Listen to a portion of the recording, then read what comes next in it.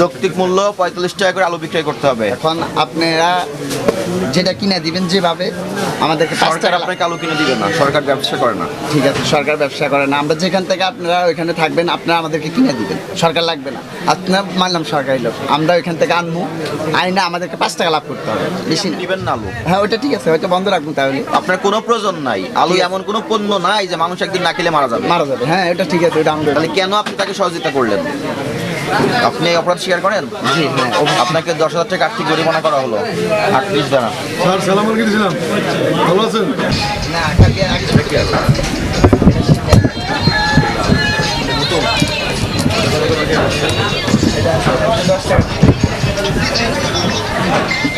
আছে দক্ষিণ পর্যায়ে আছে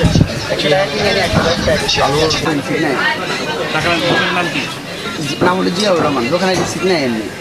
দাম বাড়িয়ে দিচ্ছেন। এখন আমাকে যদি দেয় কয়, যদি না বেছেন তাহলে নিয়েন না। আপনার কি মনে হয় 75 টাকায় 120 টাকা আলু এটা যৌক্তিক পর্যায়ে?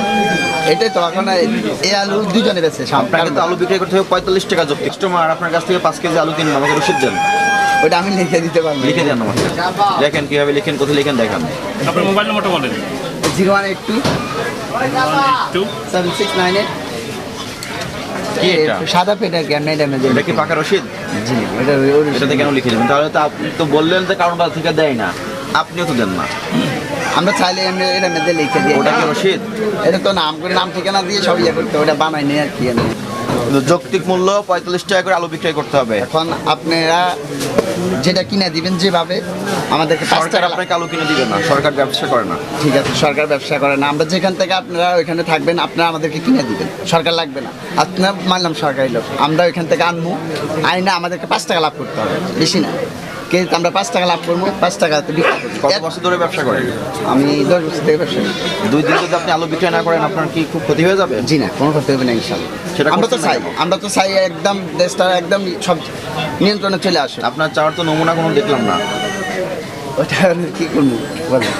আমরা চাই দেশটা একদম সবকিছু নিয়ন্ত্রণে চলে আসুক, সব বৃদ্ধি দান। যে আপনার কাছে আলু বিক্রি করেছে 65 টাকা করে, 75 টাকা এটা রাখ, 75 টাকা রাখছে 75 করে বিক্রি করেছে। আপনি এইটা কত করে বিক্রি করছেন আজকে? আজকে। এটা 80 টাকা বিক্রি। 80 টাকা।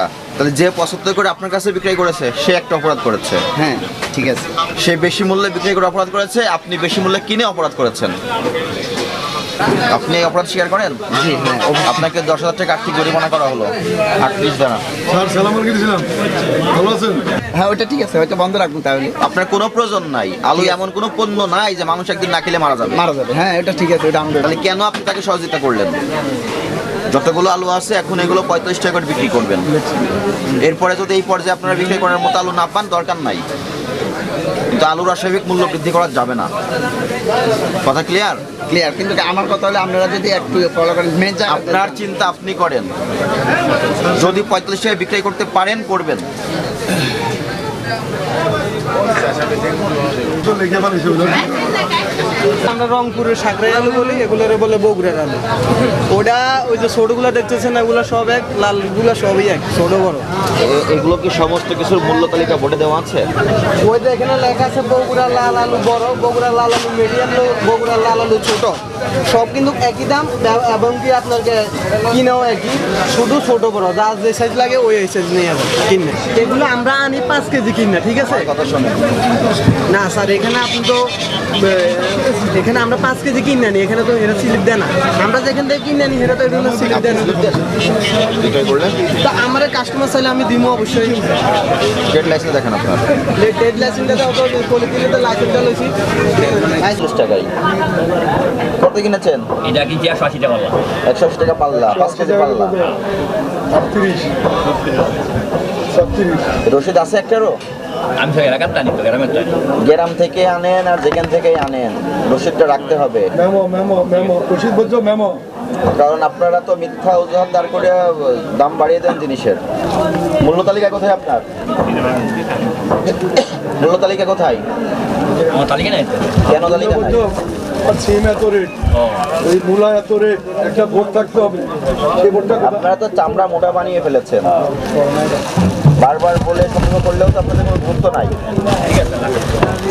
বোর্ডাকার গেলে একবার সাহস হয়ে যায়। এই শোনো, এই তুমি সামনে থেকে বোর্ডটা কত রেট?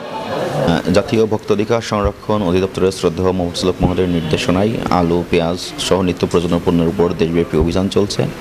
তার অংশ হিসেবে আমরা শান্তিনগর বাজারে অভিযান পরিচালনা করেছি। এখানে 2 জন ব্যবসায়ী, খুচরা ব্যবসায়ী অস্বাভাবিক এবং অযৌক্তিকভাবে আলুর মূল্য বৃদ্ধি করে বিক্রয় করার অপরাধে তাদেরকে 10,000 টাকা আর্থিক জরিমানা করা হয়েছে এবং আমরা আলুর সংশ্লিষ্ট প্রতিটি সেক্টর, কোল্ড স্টোরেজ, আড়তদার এবং পাইকারি পর্যায়ে মনিটরিং করতেছি এবং আমরা প্রত্যাশা রাখি আলুর বাজার 1 সপ্তাহের ভিতরে স্বাভাবিক হয়ে আসবে। ধন্যবাদ।